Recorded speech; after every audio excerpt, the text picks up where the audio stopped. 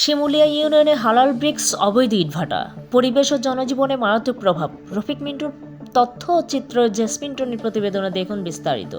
মানদণ্ডবিহীনভাবে পরিচালিত শিমুলিয়া ইউনিয়নের হালাল ব্রিক্স নামক ইটভাটা স্থানীয় এলাকাবাসীর জন্য এক ভয়াবহ সংকটে পরিণত হয়েছে। পরিবেশ অধিদপ্তরের কোনো অনুমোদন ছাড়াই চলমান এই অবৈধ ইটভাটাটি দিনরাত কালো ধোঁয়ায় ছাড়ায়, যেটি আশেপাশের কৃষি জমি, বনায়ন ও সাধারণ মানুষের স্বাস্থ্যের উপর মারাত্মক প্রভাব ফেলেছে।